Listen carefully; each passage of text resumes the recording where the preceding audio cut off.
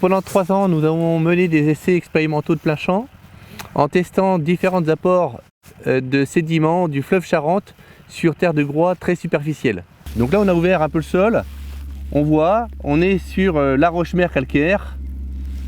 Et au-dessus, on a notre épaisseur de couche arable qui est très faible. On parle de 10 cm. Donc on comprend tout de suite les limites de ce sol qui est plutôt très bon comme support. Mais les limites, c'est la réserve en eau. Donc le principe des essais a été de travailler en bande. Nous avons testé 3 épaisseurs différentes d'apports de sédiments. Chaque bande a été encadrée de témoins. Les apports ont été de 5, 15 et 20 cm. Tout au long des mesures, l'intérêt a été de contrôler et d'identifier tous les impacts des sédiments sur les terres de groix. C'est passé par la mesure de la réserve en eau, avec des sondes capacitives. Donc on mesurait l'humidité et la température du sol tout au long du cycle de l'année et du développement végétal. On identifiait aussi le développement racinaire de la plante et le développement aérien. L'impact des sédiments est également noté sur la vie microbienne du sol.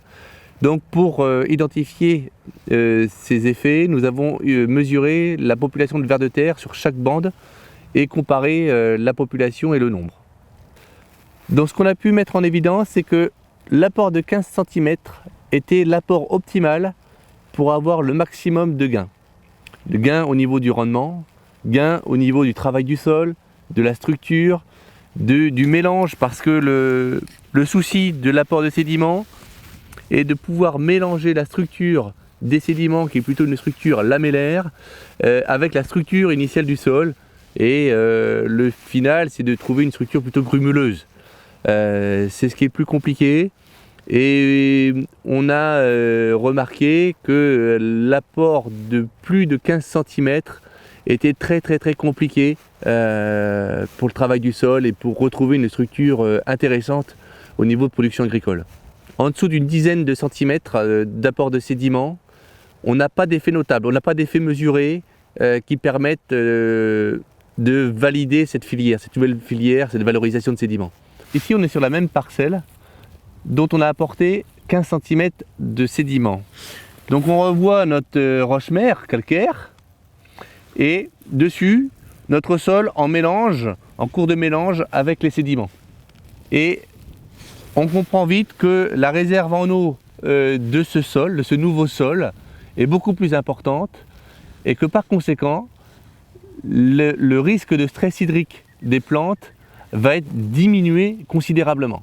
On met aussi en évidence, par des mesures qu'on a pu faire sur les essais, que le développement racinaire de la plante est beaucoup plus important, que la plante arrive plus facilement à trouver les différents éléments fertilisants qui vont rester plus longtemps et en plus grand nombre dans le sol, et par conséquent, elle va atteindre plus facilement son meilleur potentiel de rendement. Très rapidement, un groupe d'agriculteurs s'est manifesté sur les intérêts des sédiments du fleuve Charente à apporter sur les terres de groix. Avec ce collectif, nous avons pu mettre en place une filière locale de valorisation des sédiments de la Charente. Cette filière se met en place avec la participation des agriculteurs, mais aussi de transporteurs professionnels, parce que la quantité importante à traiter des sédiments du fleuve Charente ne peut pas se faire qu'avec les agriculteurs, avec leur matériel. Donc la valorisation des sédiments issus du fleuve Charente va principalement se faire sur un secteur très proche du site de décantation, par souci d'économie de transport, parce qu'on est sur une quantité qui est de l'ordre de 400 à 500 000 m3 à valoriser sur les terres agricoles, sachant qu'on apporte à peu près 1500 m3 à l'hectare. Donc il y a beaucoup de transports. Une partie des transports sera assurée par les agriculteurs eux-mêmes avec leurs tracteurs remorques, et une autre partie sera assurée par une logistique de transport camion-benne.